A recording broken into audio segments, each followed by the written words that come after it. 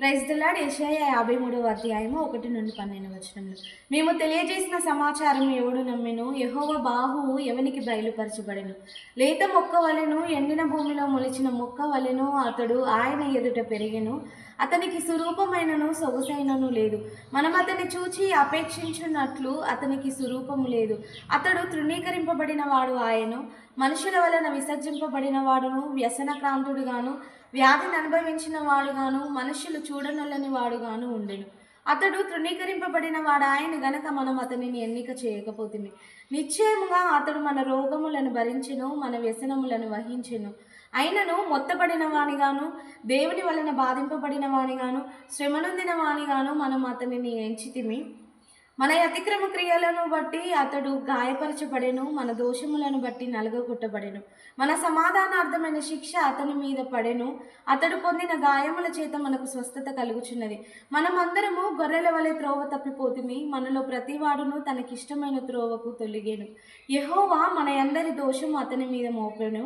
అతడు దౌర్జన్యము నొందెను, బాధింపబడినను అతడు నోరు తెరవలేదు. వదకు తేబడు గొర్రెయు, బొచ్చు కత్తిరించు వాని ఎదుట గొర్రెయు మౌనముగా ఉండునట్లు అతడు నోరు తెరవలేదు. అన్యాయపు తీర్పు నొందిన వాడే అతడు కొట్టివేయబడెను. అతడు నా జనుల అతిక్రమములను బట్టి మొత్తబడెను గదా. సజీవుల భూమిలో నుండి అతడు కొట్టివేయబడెను. అయినను అతని సంతతి వారిలో ఈ సంగతి ఆలోచించిన వాడెవడు?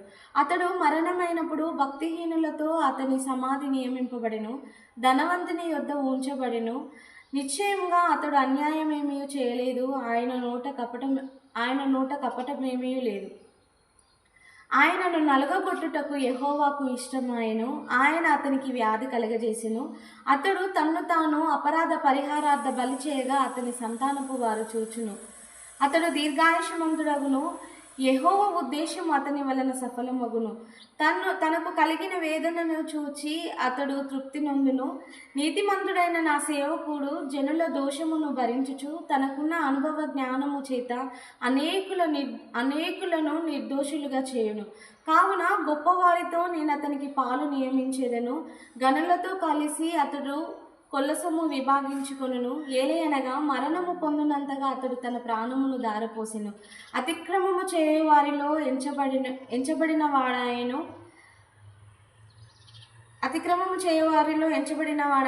అనేకుల పాపములను భరించుచు తిరుగుబాటు చేసిన వారిని గూర్చి విజ్ఞాపన చేసెను. Thank you.